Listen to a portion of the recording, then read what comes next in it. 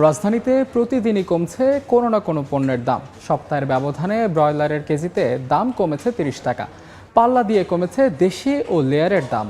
নিম্নমুখী প্রায় সব ধরনের সবজি, তবে সরবরাহ কমায় বিভিন্ন মাছের কেজিতে দাম বেড়েছে ২০ টাকা। শিক্ষার্থীদের তদারকি অব্যাহত থাকলে দাম আরও কমবে প্রত্যাশা ক্রেতা বিক্রেতার।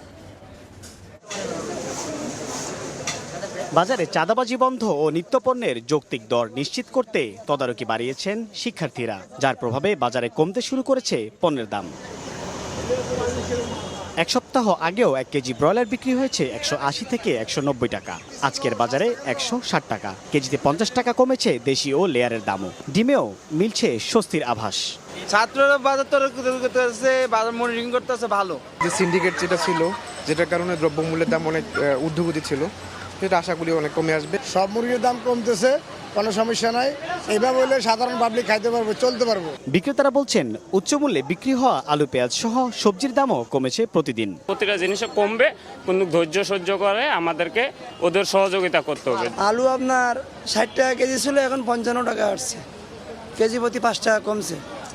পেঁয়াজ ছিল ১২০, ১৫, এখন ১০৫ টাকা আসছে। পটল মনে করেন কালো বেচে ৫০, আজকে ৪০ টাকা। ধুন্দুল মনে করেন কালো বেচে ৭০ টাকা, আজকে বেচে ৬০ টাকা। কাকল মনে করেন কাল বেচে ৮০ টাকা, আজকে ৭০ টাকা। দামের উত্তাপ নেই ডাল, তেল, চিনি সহ মুদি পণ্যের দোকানে। সাইফুল ইসলাম, সময় সংবাদ, ঢাকা। 4 দশক ধরে আপনার ফাইন্যান্সিয়াল পার্টনার আইডিএলসি।